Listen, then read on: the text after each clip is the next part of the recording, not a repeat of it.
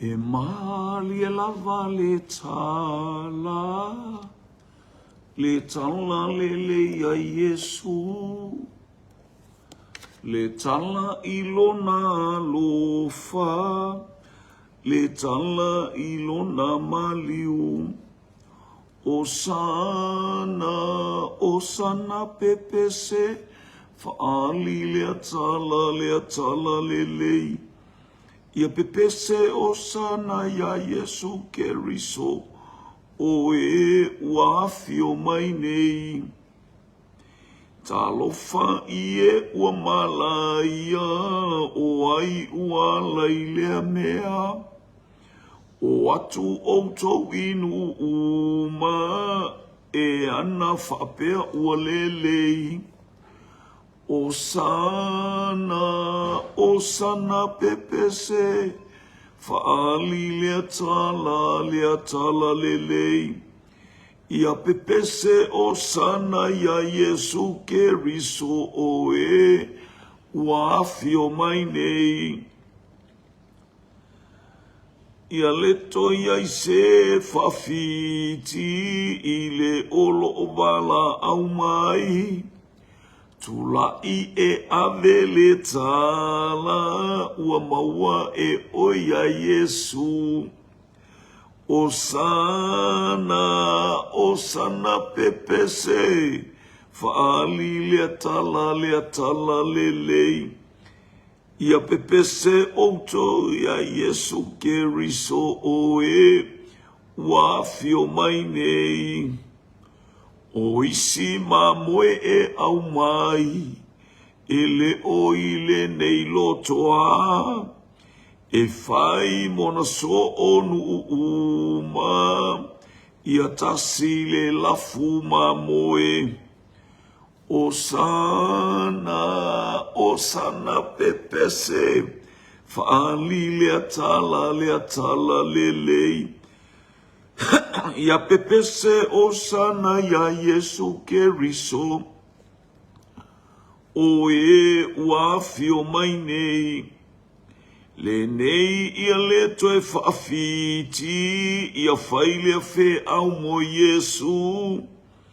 Manatu ilona lofa, manatu ilona maliu. Osana pepese, faali lea tala lelei. Ia pepese osana ya Yesu Keriso oe, wafio mai nei. Ia lava oelo matu tamale nei vaenga o le afiafi. Ia pese ai pese osana ya Yesu Keriso le iman faola. Haleluya. Ia leto ia ise fafiti. Ia ima moe olo oi. E te tauna i loto a. Ia matu whaia langa haluenga ina ia whai ona taitai mai. Ta matu te le whai na whai se mea. Na oe lama matu te whai ai. Matu te whatangisia. Haleluya, le mana o le nganga pa ia e afio mai e matu te moli le nganga whaftai ma le leo vi inga ona o mesisi le wa e whai e le ne yaso. Haleluya, mo mai matu le fia ma le oli tau mai fo ina i whanau ia o onga o e sai ngā luenga. Ia matu tal tonu fo ile le ia wa taliu mai le to tele ngā luenga. Lunga o ala tele o freeways, ma motorways o lo anga i mai ei ia whai ngā luenga i lunga o penga ta whailangi. Ia le wala au lau fio le loto whaftai whafo le vi inga ia te oe vi ia oe sa mato lunga fo i o le ala. Aleluia sa mato ta watu sau mai le mano le toto Yesu Keriso le toto Yesu. Aleluia la be ina i mato e inga le venga whasa la be ia le lo le anga.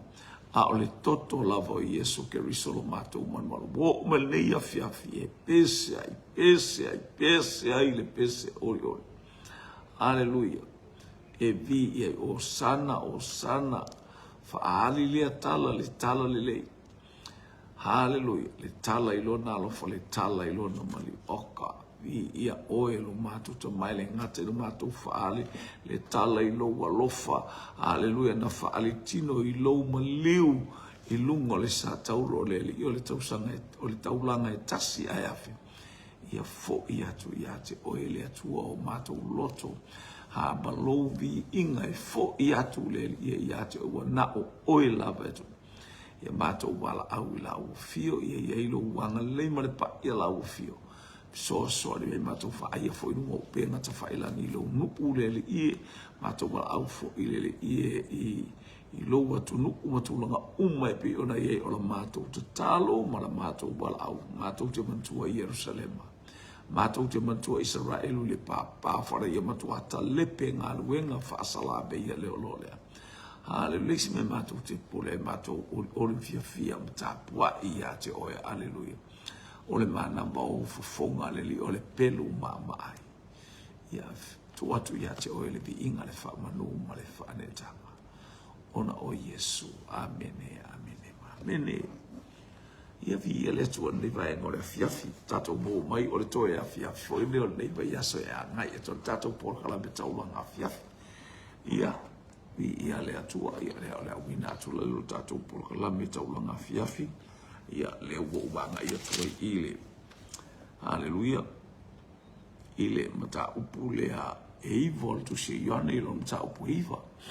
Ioane ilo mata upu iwa. Ia ole. Ole tau mawhai o lea nganga whasalave. Ia o nganga whasalave e whawhia ngai mai tātou. La tau te tau whaatau waaina, la tau te tau whaatau waaina, tau mawhai. Haleluia, la tau te tau whaatau waaina. Haleluia, leanga le leifa soa mai o lo tātou tapa au ma lo tātou matai. Haleluia, le ngatai lea o wa venga tele whaia i o tō lima ma lima le whanau a lea tua. Tau mawhai mai a lea nganga whasala vei e ngupaso nā pano, o le te au aviso. Fe au walau ilo so ia o le futo e ilo mai fatala fatu e sunga ile fe aonga por so fo ile au ona le tua mai Wellington talo fa ulale na foi toa vi ile ia ngale le ia tu le tua au anga me sio tato pa ina sieni roach ia le fa mulu ia tu ole tua fine praise God ia ile ngale le yo le tua mai ile pa ile tua haleluia ile anga me foi vi ile le o le mata upo i vale e o le sefta umatu le mata upo i vale o le o mai halwa te lai fia wa isoro ma le te ifa penata ngata pe o ina whaalongu i le whaonga ina o oe le atua ma le whaamanu ianga le atua i lo wolanga i te e le ila se mea tātou te popole ai leanga o tātou o tangata o leanga ngapa ia, le alumingo le talo fiu, leanga o le fea o teimi o le o iei Yesu i le moto o tangata.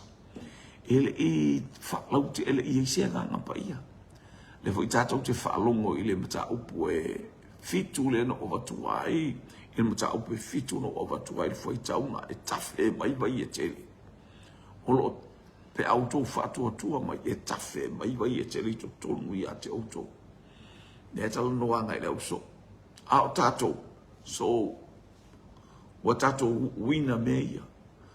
O ele whapelana, tātou wina whatatepe o tātou uni. Tangata fo ia e a fo. Pina na tātou maua ia. Pio lau wha e maua ula futi a. A maua lau ula lelei. Ai awal futi a langa te koe kawan koe. Wale se mea. Hallelujah. Praise God. Mea sa fai ia tulanga ia ona taunu unga mai ia tala e masa nele maua ula futi a. Ai ia fatalo atu jema, talo fatu i tō fini a jema, ni ia le lileanga mai. Praise God, ole fe aua le atu, ole tau tuli atu matata wai. Fapio mai lo tala atu spenu tau pe fito, fai pe tosu, vatosu, ato fatu atua mai a tau. E tafe mai vai e te le tala noa ngai le auso. E tala noa fo ile moto o tangata. I le moto o tangata le o fo le au so sa whaingata na maua e la tau se whaamanuianga a o i tātou. So we are living in so many blessings. Io ia sa o le ia le atua. A o a o tātou ia i le afo.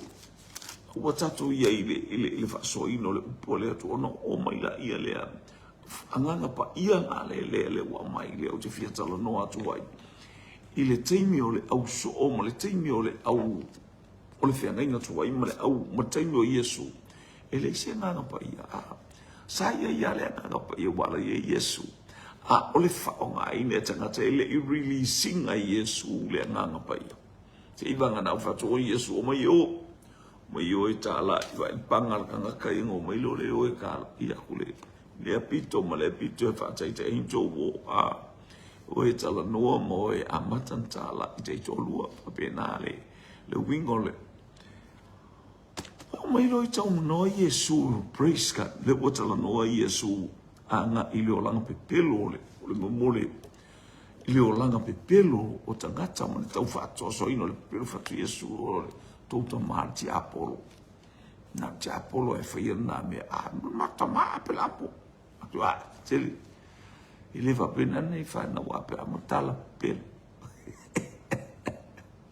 aya me sa tatu soifua mola sa tatu ola aya whamanu ia mai le atua ia te tatou o ia le leo le atua ia le pa ia le atua haleluia ina utatua ai ma feinu i le areto ma le waina poka la mele ala tu i le sai tai au ina utatua ai le areto ma le waina o le upua le atua ma le ngapai wa fesoasoani ia te leso na fesoasoani le ngata i lea haleluia tatou te nau ina i o tatou maua pe ina i whapena whanga i o tatou wanga vi ia le io le fatto Iesu ia i le uso le Iesu aper amosa mata fo ia te usa tala no aper abo ia te o va ai aper abo ia te wa ia le o va ai aper abo ia te o foi la ia te tato le fo tato tilo ia Iesu o pe na mo ile so na filent va to ile fa le amu ia e lo to mama na to va ile mana ia te le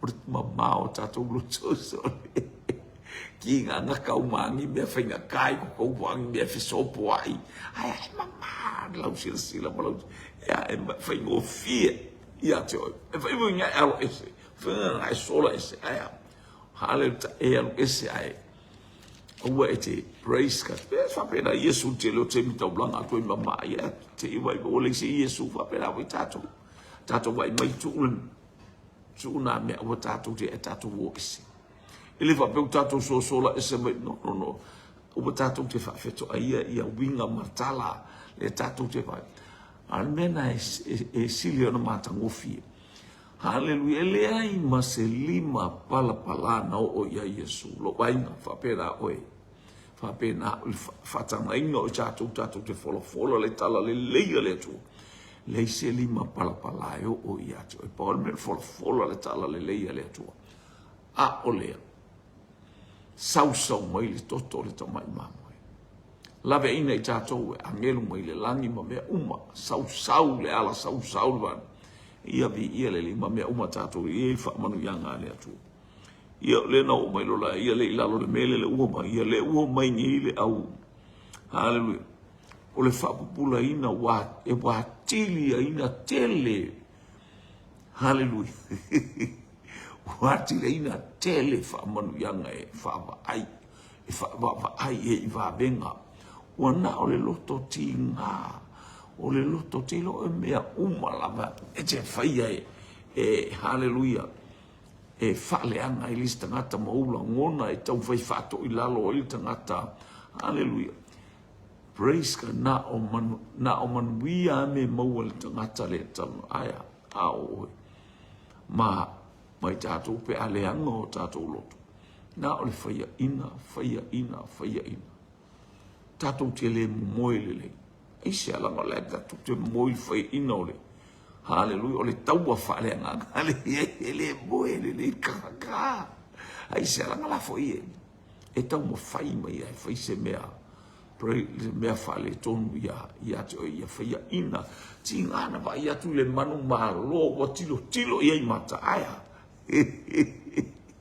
So lai tau ma fai ba satani tingana le ini ni foa tingana le tafe to ileisupeos tafe to i mata o satani tafe mai le isupe aya he tau mawhaia ele mea lea.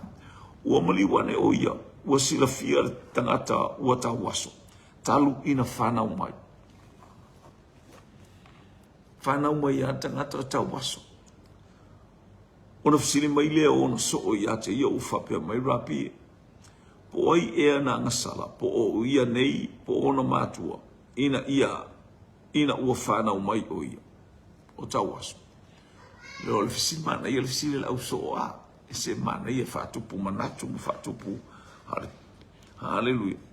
Mai ona fisili mai lea ona soo. Ya, fisili soo. Ni ia leli, praise God. E whapena ala wala tātou tū fisili le, au le atua ma tātou fisili. Hallelujah, ngā ruenga le atua, praise God. Ina i o tātou fia maua, hallelujah. Le malama anga. Ya, mai nei fisili, oka o lae. So se teimia fisili le au so. E le mawhaina fisili mai le au. Le au farsaio po iei, le au farsaio ma au tusi upu. Aya, na le tutu ma tilo. Le mesi na matanga. O lai o mana tutu ni nga. E ilo le leila to. Wai mu musu fo ya vesi toni. Se ivanga na tangata uo mo auna ia na ole pea. Ole tulanga na ole auna. Hallelujah, mo lato ofu. Ese mani ofu ya ie. Fasau au ofu ole au. Ele avese ale pea ale awalia. Havai ole pelau e afia wa ia malako. E tau bufaya ia iloa umetanga tau bola e okula nga farsai o fale kungu. Na ole autosi upu mo le au farsai o to I ina mo staulanga. Hallelujah. Ele o ilo po alato me fa Yesu o to o akokele ilo me ngako ki fai. Ngena fa ya ni ko tempo solo la o yu ta ia tele ilos. Ni ia leli. Ona fisili mai le ona so o ia te ia. Ufa pe mai rapi e. Po ai ea na ngasala po ia nei, po ona mātua ina ua whanau mai o ia o tau waso. Tau waso harta mai titi. I ia leli, wai ua ina matua o lai tau waso. Ua tali atu Yesu, ele ia ngasala le nei tangata, po ona mātua. Ai peitai ina ia whaalia ai o ngā luenga ale atua ia te ia.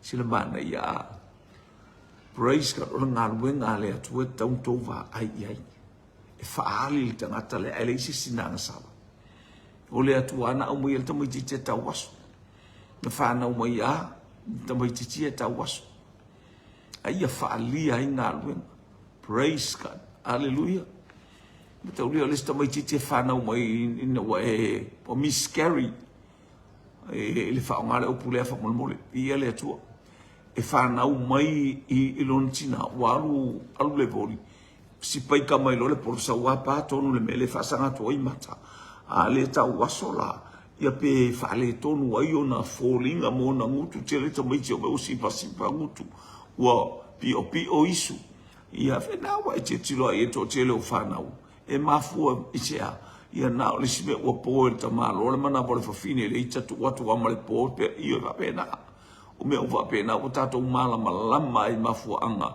e whapea ai ia tamaiti io e ia leli praise God o isi tamaiti tupu me whapena no warutina sai mana whapena sai mana wa musu e whanau e mana o e kia ilpe whapena telo tangata o whawhine whapena whawhine whai o latou taitolo wape o kwa mwhangu kurispepe o koe whangu kurispepe koe whangu kurispepe whapena io e o no furispepe ilunga o ile vai o lispepe a whapena ia no folole matau whaitonga fiti whapena e leo se mea e se seil tala ia whapeo tula o leo te aluanga ele mele whanau mo le tamaiti le o tau waso a ia whanau mai lole ia whapena la tulanga ole le alai mai ele ia ngasala le tamaititi pe ngasala ona matua I ia leli e ua mai e Yesu whanau mai ia on mena ia ona mata lona winga ua praise aisa ai ele tina se koko upa fo ia leli ia le tu ia nala e po pa yonga I whapena ia po o le ase me ole ia se vi ia walu ai sisi la au sisi a wa fa pena o me ia mio tina ia le tu fa malu lo tu tina pe ase la tal A ole mana onga ole atua e whaalia ma benga ole atua. I te whai tau atu. O tale atu Yesu ele anga salale nei tangata. Po ona matua. Ai pe tai ina ia whaalia i o ngā luenga ale atua ia te ia. O le si fe au le ale atua au mai i le ainga lea. Ona o lai ia nganga whasalawe i a. Dai ia nganga whasalawe i lai fe tuku mai ngā luenga lea e whai. A le la o mai tau mai loa i le ma i le la o mana o i lo la ua ngai fia i lo au Yesu. Ia le utato i lo Yesu o ia o le wha marolonga. E marolo i le tino o le mafaufau.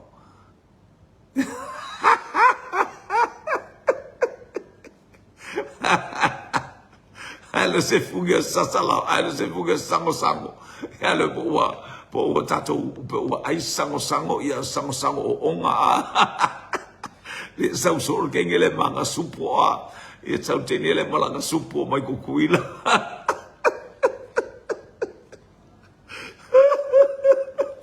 Se le apoila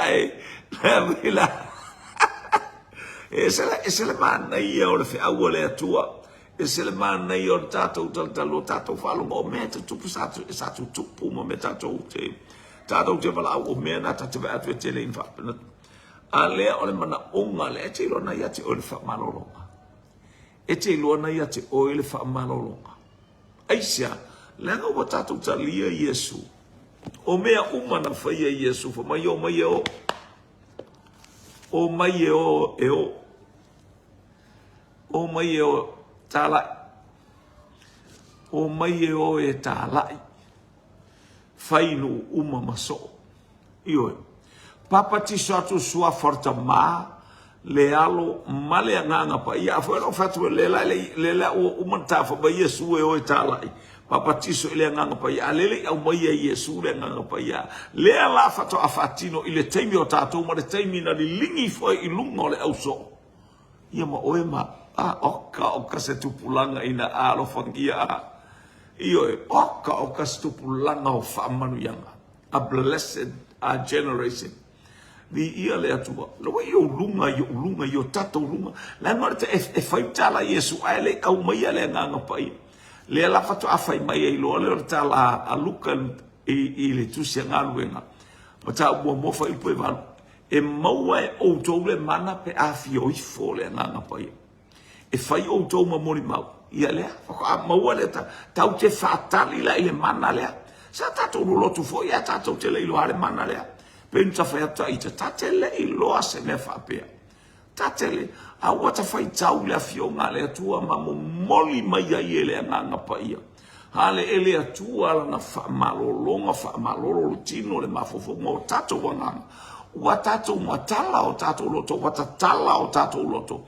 E pei o le tala artusiale a luka le mtau pelo su man fa, ona fai pe fasu mono, wata tala Yesu loto le auso. Sapuntia.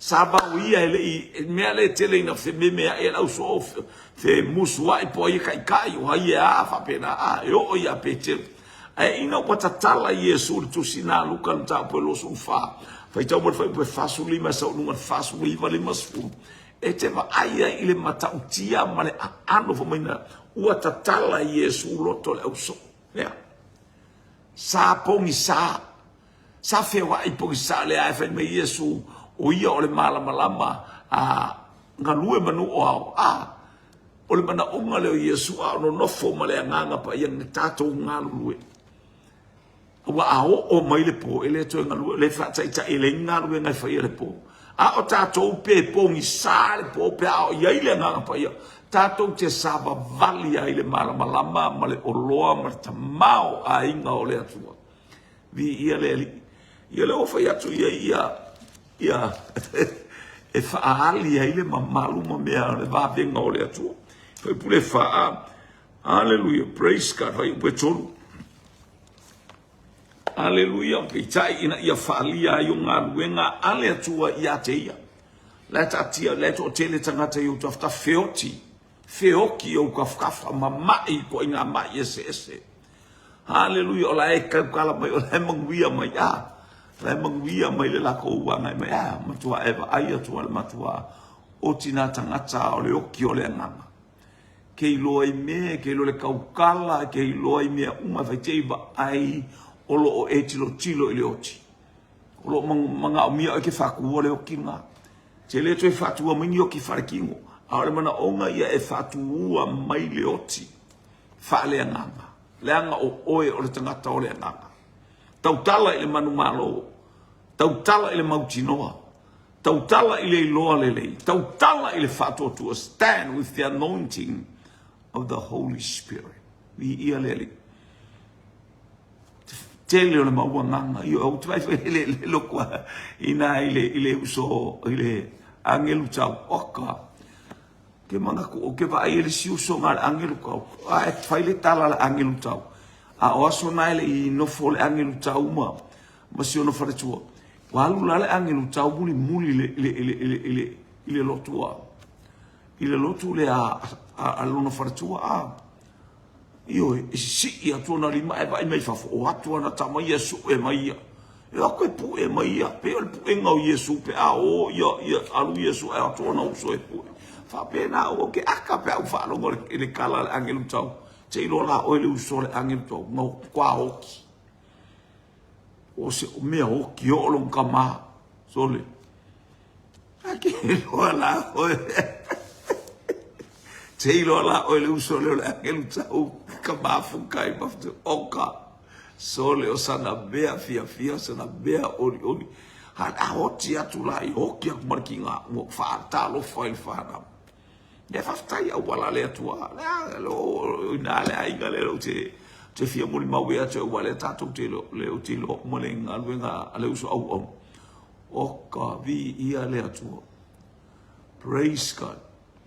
Non me foi ina le no fa atua to atele o le whana ua tangata le ngata la ititi ato atele o le whana se fulu mon tupu le whana pe ua luasu po ua luaka sengi e le whana ua le. Hallelujah. Aya. O le au mainga e le tangata leo o nai o na te ima tangata o maua wa koe o ke ka mao ke ki ngā aya o la ua whepula fi o tu e wā aime ua pupula mata o nai whana ua oti o le ata na o lo whaatu hua mai o le tangata nai le oti. Lazarus, come forth! Lazaro, sawi fafo! Pe fast fu afe, pe fast fu fia po, fia kaimi nga whaale kongo ai elo leo langa. Sawi fafo! Yo ka o ka e via le atua. Hapena fo I tangata I te tautala mai whamalosi e. O oe o le tangata lai ola. O oe o le soomoni o Yesu. O oe watu iate, oe le ngaro bengo watu iate. Tata uta tala I le mana o le suafa o Yesu Keriso. Ni ia leli. Matofu e kale si o le tele o ta maro lo feoti. E ola fine ai oti ta maro. Te lo la oe. Ua ola mai ia. Ne wingo le tala sa ma maule o langa. Sa eselme. E le oki lo koro. E le oki le ka maure ainga. E le oki fo ia. Aya. O ina e wawa ai ngā ioi. Fa mai o te maa nabatu. O te wawalo atu. A o whaalongo atu o ngā se. Kala iwi mamango. Tangata nare. O ka ngaka ola ka ngaka ie whai e kala. O tangata ola e longi iwi mamango me e longi me. Hale tala whawhata oto a Eskiel.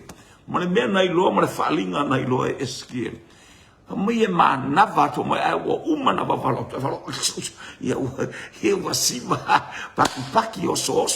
Ia ua moli mau. Ia ua whaile tala ua mwhain tau tala. Ia anu. Ao kangaka i ngao. Ngao kala I mele anga sa ola ai. Le mamango uma mea uma. E o le tau tala e mango e saule e whale kongu le e mafu mawhanga le aya. Ao ua oina e maa navato hari temo. Ao ina wa e tau tala ma e shea e o ilau maftanga I te ruti nā whai kera kāro whatala whawi ele atua e au man. Io ai kia whare ma e se whaile tau tala wa ele in tau tala e ia te a uia man mato me sata ola ele in tau tala nga whape ka kera wha vi ia le atua e au au kā kongo e se whaile pe leo kako tātou ele inga ele o tau tala la tātou whape a me o ni lotu ia tātou lea o no it's all from heaven, it's all from the leading hand of Holy Spirit. O mea uma ua au mai e le nganga pa ia. Tātou te sava vali ai. Hallelujah, ma tātou man nava atua le ola o le atua. Leola mai le atua ina ia. Whaamanui ia i tangata vi ia leli. Atu le e kale ia ulawa. Ma vai atu whatu nei. Asfareile. Po kalame au talavou. Ia nei. Hallelujah. Whaile vai asolef. Ke le getting together. Asfareile ngi o ke mga momoe o makamai ki ngai i le pe a. Ta penalty. Ta pena mai a e fia saum ai. Ole kele me ai ngen maku fale. Ai u mai akamaki. Ai fia sau foi mai se me ai fa piko ala ka masau. Ai o mai foi wa foi a foi loto mato o talo ele loto mai ama tangata mato. Ele praise God ai fia sau ila ki fia ai maki pan ke sau. Io e uma fai lato mata lato bata. Por asa lato bata o ta pena mai ele o ia ka lake mangi io fa. Ai le ata loto e fa masani e tamaiti. O mai tal noa fa atasi ma futa fa atasi. Ele angale aho. Ele angale le hotel no istamaiti. Ai o mai le lotu ai le masani ma le istamaiti. Fa pena ina i. Ia le mali le tala le a. Praise God. E te tau ona ia fa pe lola ia fa mai lola le. E pita ina ia fa alia inga luenga le atua ia te. E te tau ona o faya ngā luenga ale una awina mai iau. Manu o ao oile po ele mafai se tasi ona ngalue ele ala tu ka ko kala per foi prefa a fo mai Yesu wa tau no ngalue ngaluenga hallelujah manu o ao apo yo lo taimi nei o lo taimi o ta taimi manu o le ta te soifua ma o wola matava ai le mata mo fio le upo le tu ma le faso. Ma e fasoa tu e fasoa tu le uso tu fa fine tato fe ngale tato fe ole a inga e tasi ole fa dau e tino e tasi toto e tasi a anno e tasi ole fa nau e Yesu ke riso i tato i ole ele le tua e matautia lama le tua praise God ia saulu fe bule lima Fai ngalu ngale atu pe on fai atu ala na mau atu le anga atu pe on tato ia ainga mai ainga pe on mai ia ainga tato inga e faso ainga tato ai le manui o le atu. Hallelujah. Ia ile anga le lei o le atu. Ia praise God. Teni malo te sieni vi le atu. Ia ile anga le lei o le atu. Pe le la fa le fai pule fa mai ngalu e manu o hao. Io o le manu o le apo o le ata apo e fenga ngalue io fenga ngalue pe po e fenga ngalue a wa ngalue ile ngalue nga ale to ba pe po e ke ngalue tsa inga le nganga pa e au ke al menga ke ya nangal mala mo le tu praise God fai po ono o fetala ya tu inei upu ona feanu I fole o ia ele ona faia lea ole palapala ile feanunga ua nini mata ore tau waso ile palapala no whape atu ai lea ia te ia alu ia ina mulu ile ta elenga I seloa o lona winga pe a whamatala ina ole au ina atus ona alu ai lea o ia ua mulu ua toe fo I mai ua va ai matau lea leo lua I porkala mela vale atua amene Amene. Le pala na fai ai. Ne woto e fo ia tua Yesu e fai fataita ingale ia e fa atino ina auto tiro la uso. Amene. Ia leli. Pala fa wai. Po ai mata ile pala le na fa wai. Ala u feanu ia ole ata ole ola. Ole ata ole ola once pa ia wa palasi ia ile ola I tonu le pala. Pe ia ona feta la ile atua le palapala. Pe ona manaba o le atua le palapala. Ponga e isu o le tangata. Ona tu mai le o le atam. Pe na se ata le tatou tilo. O amea uma tatou tilo. Po haitu inga polo kalame. Ua tatou ilo wa yo lima le ola. Wa yo tatou lima le pule ma le mana I mea uma wafua ina mai. Ele atua ia fo ia te o ta male vi na tato fa pe tato te le fa se me me la ia le lo e tangata Tatou tala no pe ata se atu ia le au le tatou e o mai le au farsa ia muli mai. A o mea ia a o ina va ia o tatou ainga ma mea o ma fa malolo le mai ta talo fa malolo. Io e fa lungo pe ia ile upole atu o tatou tamo fitu o lima i lungo si au tama pe vai atu ia o uma foi ia ko fikinga. La no ala na mai umi o la e mana o Yesu e fai o fa malolonga. Ete no foia. Ete le tautala ya. Io. O matamata ili siatal na le ato o Josefa ma. Ili temi na ta wele miti yo na ta o Josefa tanga ta matala miti. La etu wala ta malo le ata. Ta malo Potifara ma itafole. La o su es. Wele haisi. Sole. Fa mai ele ma fai o ita rais po se akua na o se atua mai lungai em fainga io e fa pena tala mo kua fa ye le mana ta ya fara o le fa batala ai so atu i wo lo le e Potifara na fa batala io se fa miti ele o ele to e fo ele si ele e tautule wo ai fe tau ya le lo tu le tautule wo ai tupulo le har mal por kalamelea praise God foi mele le tala na fa ye Potifara e ke ma pungi alo mu ko ele alo kaukala e ke ngo fa ele kaukala ma tau na fa ye Josefa ta ua ya farao ya e manatua ma e ta ua ya farao o bai o po farao e lua kausanga to wainga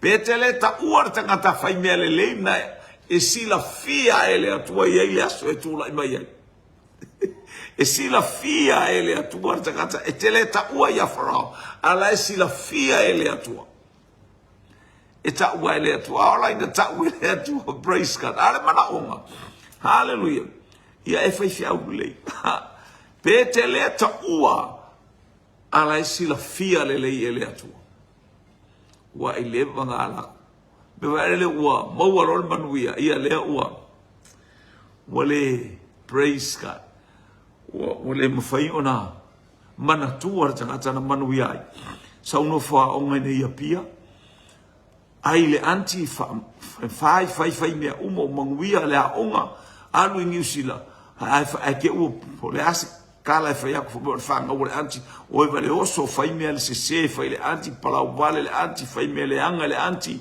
polo anko alena kausi oya o ela ikiki ki sau mai savai asola ya ma ko savai waro el tala mana e fa matala i tatu loa haleluya matou te o mai savai haleluya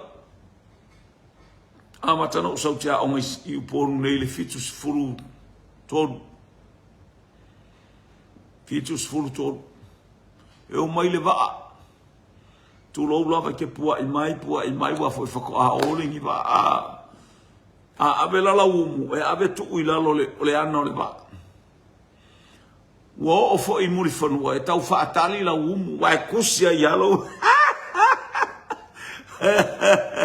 e kusia yalo ngo ele pepa fa yale le po le api le po fo la umu io na fa solo ale no ma tau la o la lo fa pe ata itana le pua ele a o la lo e o i fole au sila o sa nei la lo ai tato umu e su e la moa aga erbo ia wa ai ele au sila io e te la tu mala wa fi haleluya na sa ma fi e lo peto a te to e tasi peto e lo fi io o isiru au matalo wale ai fa pena finga au sila ya so ia e pe o le o te mai e me a te le ata fo ia le lo tu langa haleluya o me uma sa ile le olanga mama tu langa sa ile ya sababa ai tua ile tua ia na fa mani anga mona na le praise God ia ilonga ngale le sil ese lunga te silo wainga uia te oe le pule male mana mai le atua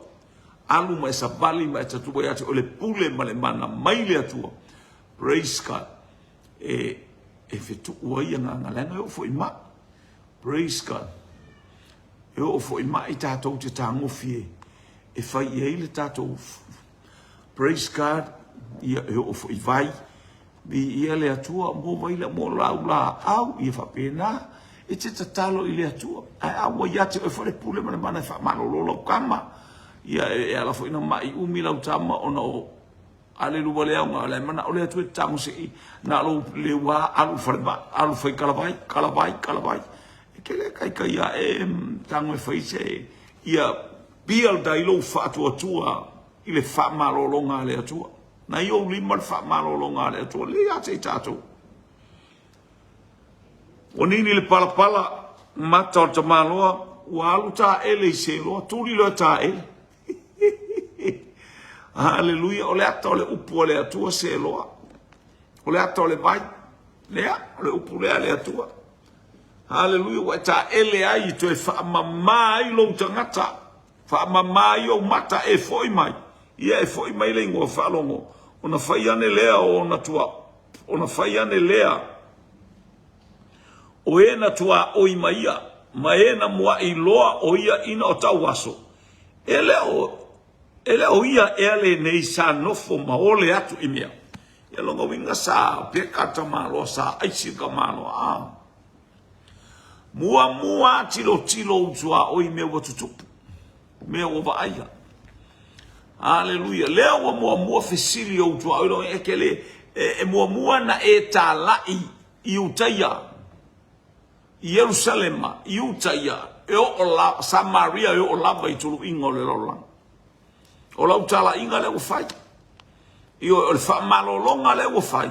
E le mua va aise mua e tilo wha o laina mua o Yerusalema o au. O oe. O ta ua o Yerusalema wha le nganga. Ia mua i tala ina i tau. Le ma fai na au taku manuaku se marosi. Ae le o maloloa. E o lau launga le o ke launga poi. Ma e launga i fo ma tatou wha soai. Ele foi tato o fa soa le istangata per tato spaya wete e ua le utupoto le mata olis. Au ke mua ialo e fufulu le yo maka. Eu ete mela e pala ma le anga yo mata. Ya mo maka aiku ma mo maka le anga a eu ese o mafu anga mo le utupoto la o mo le maka aiku ma mo le mata aiku o mata le anga. Ke vai ia ile me ke awa ika fo ia ke ia wa wo solo leanga o loko ile va ia yo maka le ko nga me nga le kongo ka ko maka na esa wo pu mata i tu leanga o maka pe ni maka o si me leanga tilo a fa ma voluma ke manga e tau na ka kala ya ke o kai mi uma e ara o maka e ke ingo vai foi que o corinho ori su finché iare fa mi pogna poi foi la oida bene io messi lo matua io ma sinatira di ile le te mole tu ya te o brace card le winga ole fa malo longa e mua tala ole na mua ya te ia le o malo lo o ia ole Jerusalem ma fa le nganga pe ole po Yesu ma ole mana fai o to mai ta la Italy a mata Jerusalema Utaya Samaria yo o itulu ingo le rolang. Haleluya. Papena umar se aule. Leo wa mama oe, leo wa mama tamaro.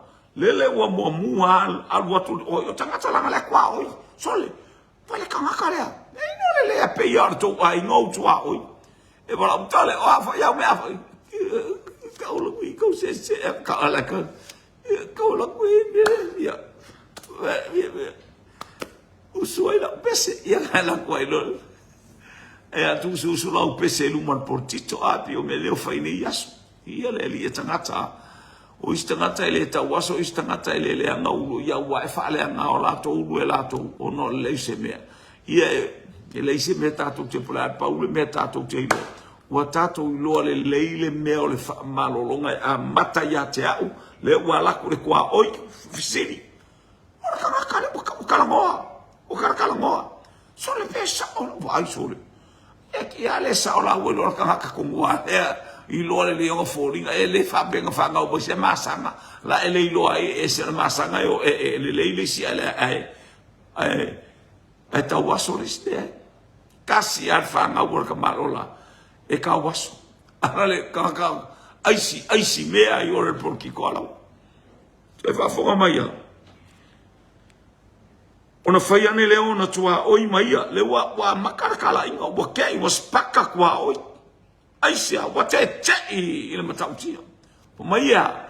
Whaalia ai ma venga o lea tua whai pue tonu.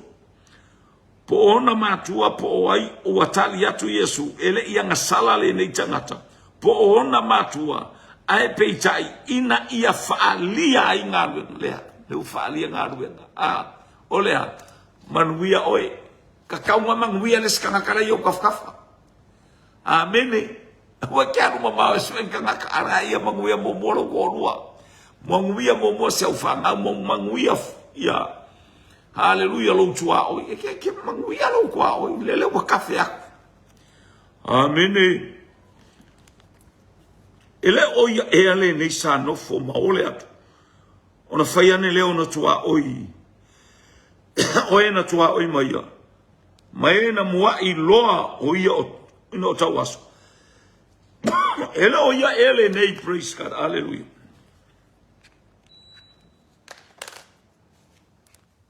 Ele oia e ale nei sa nofo maole atu imea. E orkala le fai, awa manguia, wa ese le manguia la iei loko. So kwa ofo, o mana onga ia ofo mai loa, hallelujah, iei loa le autu ma le mea tau na fai. Iei loa le mea tau ona e ngā yoia, hallelujah, e whape na fo e afo wa manguia oe, kau fo inga manguia riskangaka ia oe. Hallelujah, ilea, ilau fasoa, sharing, ka waku. Share, fasoa. Amen. Praise God. O whapea isi. O ia le nei. Au o whapea isi.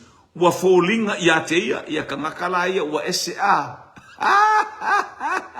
Ia la kei fo ia ua fōlinga le ia kakale muku e fōlinga. E fōlinga le kakale e fōlinga ia e fōlinga fiu ia fiu. Ele isi e sau whapea. E pe ar ko no la hana. Ele ai. Wow, ele kele. E wo mai mausi kama ia hana. Amen. Ia le praise God. Io e selmana ia. E a mata ia te tātou whasol solo ke wa aila o ingo wa aile mana io le whingolo wa inga e tawhi atu whapena. Di ia leli, ia ile atua le di inga pena moni mau ia tue whapena po ngai ngā ruenga. Alelu e sa pāma ia whaakūre ngā ruenga vi ia le atua. Io mau makala i kapuele ele mai yola. Awe ba ene ngā ruele. Hea ruele son whagua ganga oso. Ka baro e lunga son whagua oso mahana peia. Ama i kaka i ke son whagua nei tau iti i uta i vai yola le mea. Ma vai a aka le mea i pamka. Io e a.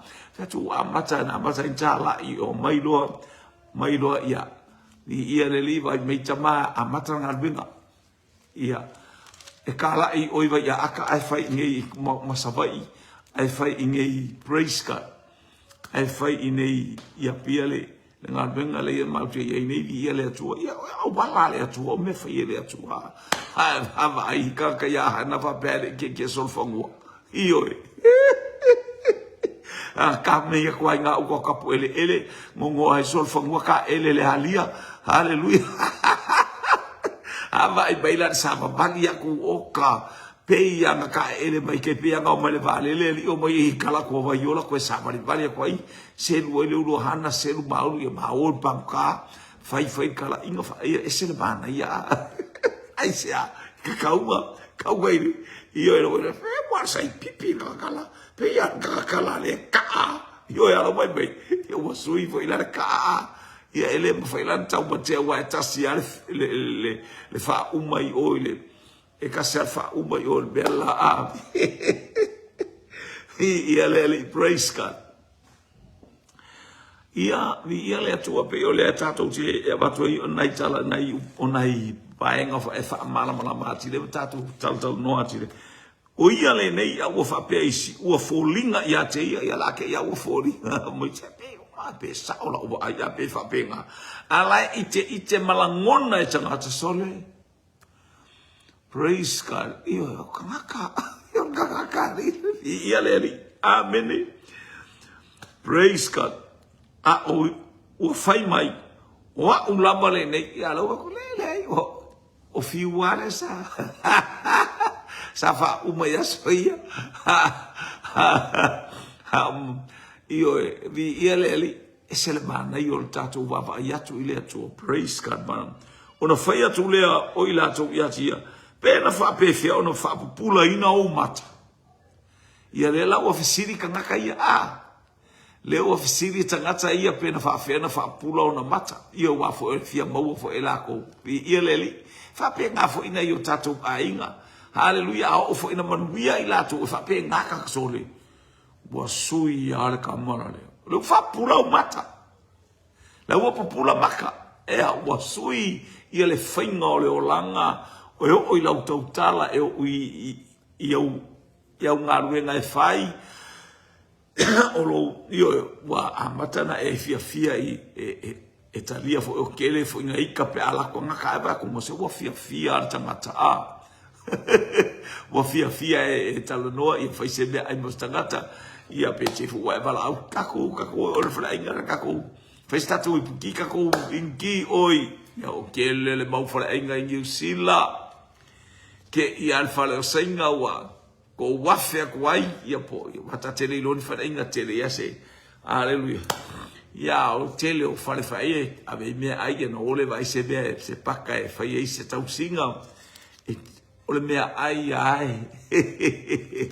ole ai al tangata nai ai le ai praise God aya o fa manuia o tu ia ele atua le mana io haleluya ola na ai wa ai se me ai mata ngo fielo o fia ai o fia kala ngoa ia o fa longo tangata le na fa pe fea o na fa popula ina o mata io o riska ka fa se fa fe ko la ko pa ke le ku ele se me ke ku Ao ina pa ile atua ia te o ma pa ile nganga pa ia te o te ilo o me waru tupe ai alu ai o kupe i lo pia ia o me ke alu ka fawa i casino ma me o vai ke ngalu e ko sau ko ki ai ke ngalu e ki sau ko ki ai fo ma ia alu o to tupe i me ai po lava o to ti alu le tupe ile me ai ia ngata fo ile te avea se me fa tau se me ai ana ta maiti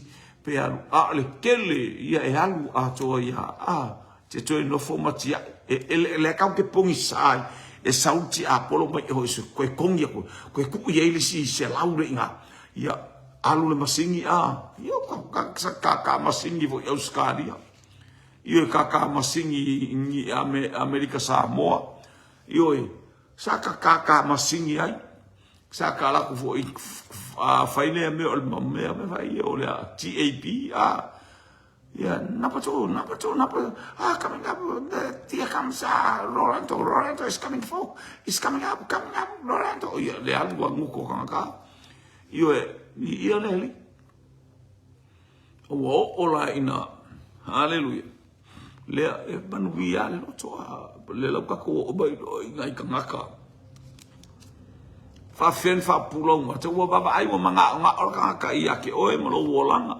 io praise ke fa me wa mesa ko lo kwele ngi mesa o ina soifua ke riso ia te o tangata watatanga me uma upu ia apostolo Paulo watatanga me uma ai le nga me uma watatanga me uma ai le fa ma fana ina ala ka uma ia kele ole me ua kele inga nua misa i malo korua ele mawhawhangai oe ele maua i se ko afi mari ele vao e mara to rua i sea ongo le me ia le kifamai po a mesa e ka o koe aki oe fai mailo leo Paulo ia Filipi ota mea uma langa Paulo ka alo i so se mea e alo i farsaio alba kua le anga le amio e lo le anga la fa anu mo ta wa ko inga me fa ko singa o me ka alo i Paulo ka alo i fekako for my Paulo ota rubbish when I receive Christ in my heart Ina wa o maua ke riso o le poto e matautia. O le poto e matautia wa o maua ma ia ke riso. Wale au ngā mea uma i le poto ia ke riso. Ia le li ia. Ke le fai mepe o a mea sa, ele mea sa. Paule mea o mea na tātou te tā pena ia o mea sa tātou wolai. A o i wha manguia le atua ia oe. Ia awangi e fai upuru kankala ingu pia maa. Lasa ingu pia fwa. Aya, tau ma fai oe luma o le atua te tata maa ele aise mea o te mawhai a o oe. E mawhai e na liua le tangata lo uso lea. Lo uso le sauso avea o le pinko. Avea o makia ngawai. A lea wo on wha manuia le atua i atu. E sau whatanga rape soli. Kinge le so manguia alo wolanga. Ioi. Lea ngau whapena au martanga. Te whawhiana whapula au mata. Ia lea papula lea o maka ukako iloa le li ima wha manuianga. Ua tali mai o ia. O whapea mai. O le tastangata ingoa. Ia Yesu. Ua na whaia le palapala. Ua nini ai o mata. Ua whai mai fo i ate au. Aluia e tā ele seloa. Ma ia mulumulu ai. Ona o walu ai lea. Ma o mulumuluina. Ma o mulumuluina o. Ona o va ai ai lea. Ndea ko mai orka ngaka ingo ia Yesu.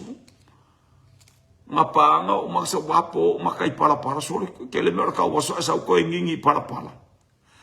Amene. Amene. Ia o tangata la ia. O tangata ia e tua. Oi matanga le ia le karakala ngoanga lea. Le ia le tantala ngoanga lea. Praise God. Fia i loa pe ala o le kangaka ngai o kafkafa. Pe o kangaka ngai o kafkafa ngai ia uo mai. Waba aia kenge le asole. Mamare koe o al housing mare kenge le wake. Ia wa muso mai o la alu o alu ai sebe la fai kaulang kuspa. Fia vai taulau tuspai. Fia whaalongolongo le aimainu. Fia whaalongolongo. Wae leo ngi la unga ke kere ngā arkasian fesiri le sau iang. Kalakala ngoa ia lea mwha asoa ia. Ma wai foi ia le. Hallelujah. El wha malo si anga wha lea nganga. Ai ia lau supo ma. Lau supo sango. Hallelujah. Praise God. Ona whai atu ai lea o ila tau iatia. Pe fea. Pe fea oi o po fea o iai oia o fa pe mai oia o te leilo e wo mai kanga wa fa ila le fia mo wa kaka e fa pe na fo itangata hallelujah pe afa manu ia o lato loto mai le li e fa pe na fo yon tato fa sola ai e ta pena wona ia sautangata sa tato fa le tonu o tato wolanga sa ka ko nga oi sa ka ko muli lua sa ka ko mo kokolo io e vi ele li awa fai ele atua me silisili ya te tato io e praise God a e ola ia e manatua le upu le atua le nu a mai ai kopito ia e manatua sa e no a e o le nu o le folfolanga e manuia inu i vai e tele ai to vine tele fai no foi fale to tele fai ia e manatua le atua. Ai, ia e manatua sa e nofo i ai kupito pe a sau fo i se tangata wha pena o se polonga se nuuna. E su e mea ia te oe ma sau o le polonga. Ia ilo sa e nofo polonga fo i ai kupito. A oa o mua ma ia e le atua lona nuu i ai loa mea ka o le polonga. Wha pena ia le fina ngalo le atua i tato malama le mea ta o le polonga. A o ina pupula o mata. O oe wa ama yelfe awele atua. That is your job. O lau ngā luenga na wha pupula mata o tangata la. Amene. Lona minga ia e manatua sa e nofo sa e ingupia sa fiulo wa hinga. Sa makwa ingosia oi mimea leanga i te whaia aia ua wha manuia le atua. Ele so o manuia. Fa mai tala tuspa ia mta upu e valu o le tusia. O tu se te uto nome, pata upu e valu alona fai upu e sfuma le fitu. E sfuma le fitu. Awane i auto whapea, o lo uma losi wa uma fai ai mea uma. Wa fai ai nei mea uma. Wa maua mea uma i o lima, wane e whapea, o lo uma losi. No! ia e whaamawalalo ma e whaaftai i le atua. Haleluia, ma ia e loa sa o polonga i le nu ese. Sa o iai le lalolangi, o ai le nu ese ai kupito, o ai kupito le lalolangi sa tato iai. Haleluia, le lalolangi sa tato iai, o misa matau o whiwaiwahe inga, o upuleanga. Haleluia, o mea uma e tau whaima te apol, au e te popole. O mea nan tangore atua tu iai o he. A o i le aso e te li liu mai ai ma whamanuia le atua i lo loto. Haleluia, praise God. O te a apa atu ma au tala le ale atua. A o i le aso e fo i mai ai lo loto ma e fo i mai a te ua e alofa mai a te ua anu fai au kaa, fai au wo, fai au kenge, io e anu fai kaanga murilua, anu. But once e fai ai e le atua, e asi atua i le atua, hallelujah, o te tui le fai totoa ma tui atu. I stand at the door and knock.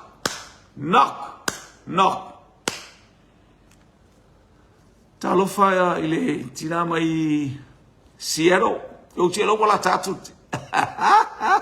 Te lo wala tatu lau hani pani ia vi ia le atua ia tatalo ho ia Manuel Malanga to toina e alofa ngale leifo ile atua mo oele ile nei stofia te oil faltua ma te alofa te le atu vi ia le lia lo te ia lunga fo ia le o fo mai le atua ile fai tau le mai le atua a e o ile nu le ka ko o ia o ile nu ale ngure talia Yesu o le nu o le manuia le nu e tafe ile sua susu malemedi.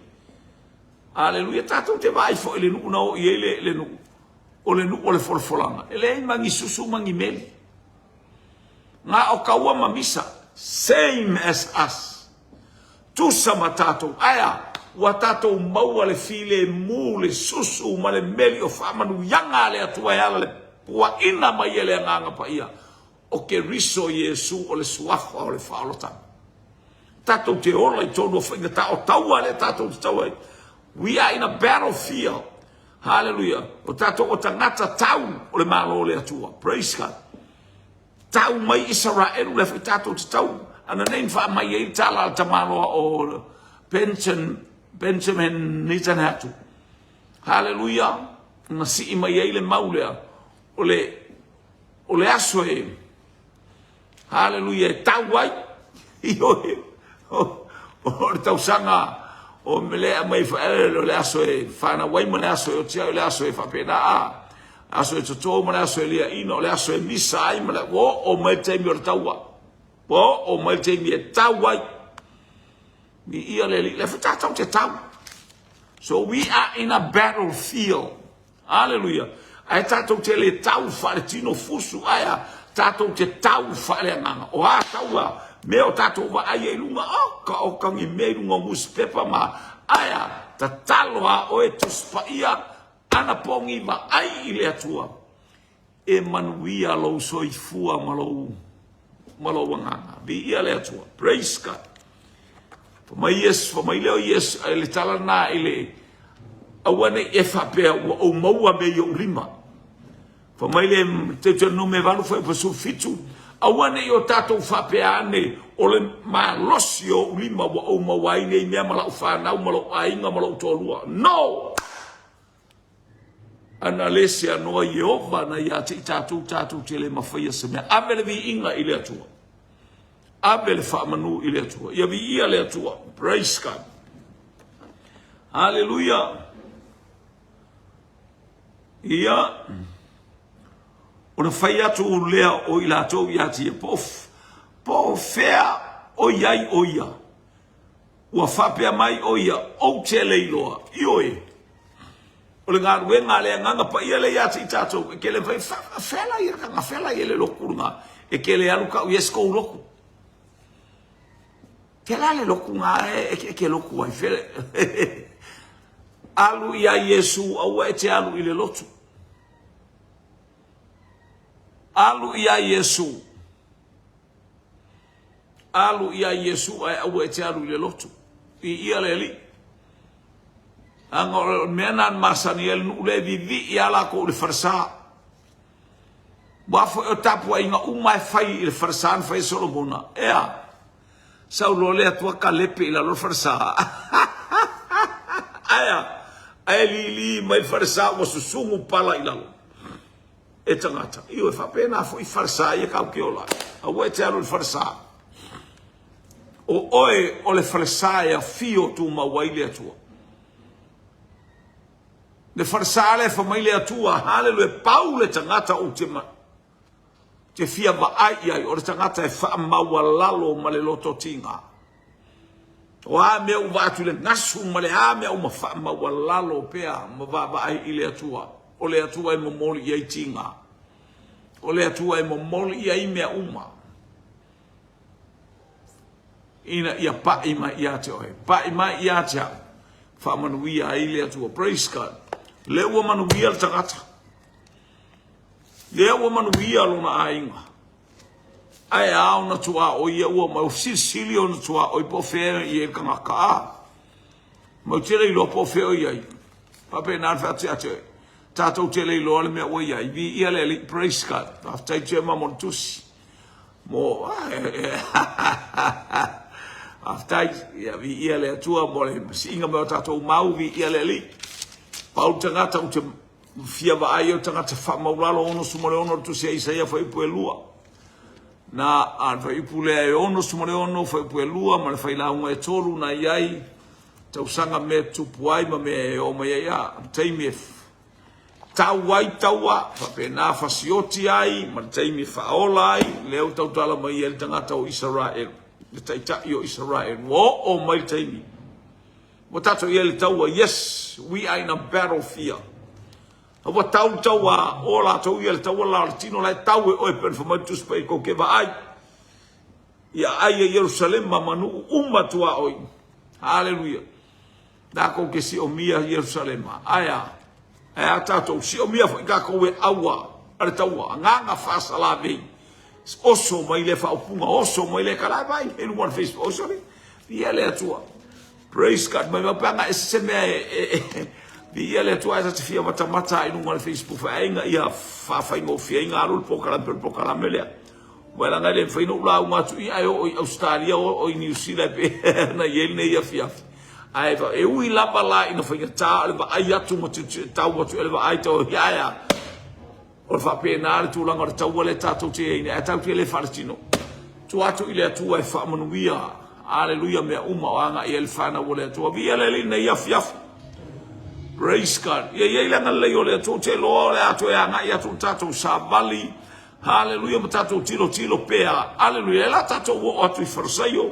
Le la tatou o atu i tangata mawarulunga atu. O i la atou i aia.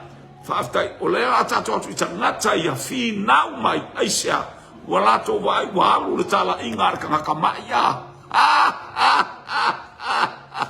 ua tala ila o kama mai le aya mai lo mai tatou mamai aya tatou e vai ma walalo ia tangata aya la le vai kala inga ngale malo loa e sa foi ia ma suilo bolanga fa manuia mai le atua nei afiafi lo vai inga ia ile ngale le o le atua le savalinga fai o le nei vai aso hallelujah mapu atu lo loto fia ileli tatalo mai mo le porkalame talo mai mo lo pai o tatalo mo oi fa manuia atu le atua hallelujah ia ile ngale le o le atua i me uma foi ile atua le vi inga tama fa manuia upenga ta failangi fa manuia le ainga o le fatu atu ali suafa manu malo Yesu Keriso le ali i male faola ia ile manuia i lunga foi o le nei e kalesia ia ile anga leo utua fafine mo uso ta mati na au na la wafio ta wane ile nei fasoa ia ile ola